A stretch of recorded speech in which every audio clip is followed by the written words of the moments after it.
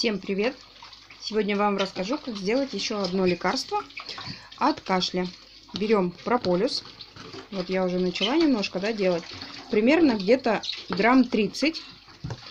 И берем пол-литра самогонки.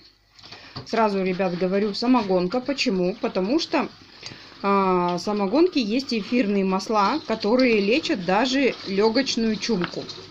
Вот, раньше это. Водка ни в коем случае не подходит. Нужна именно самогонка. Вот. И прополис у меня вот такой шарик уже был, я его начала резать, а тут решила сделать все-таки видеообзорчик. Его надо вот так вот мелко порезать.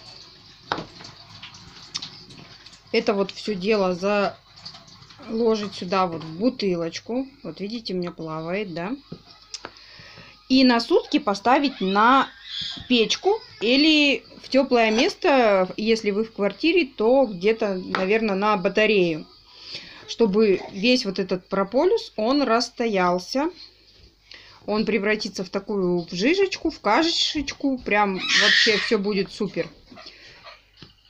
И потом его можно будет уже пить по чайной ложке.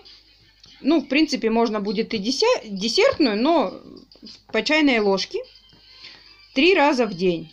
То есть он вам ничего такого особенно не даст, даже если вы за рулем, чайная ложка все равно промилле не покажет, если вы водитель.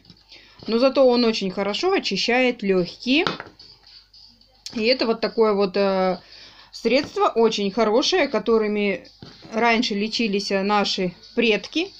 Сейчас уже все привыкли к тому, что можно пойти и купить в магазине, Но мало уже кто об этом помнит.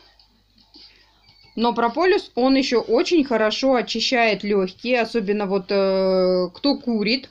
У нас сейчас очень это развито, тоже. Его можно пропить просто как профилактическое средство, если у курильщика появился кашель. Оно тоже очень здорово вам поможет.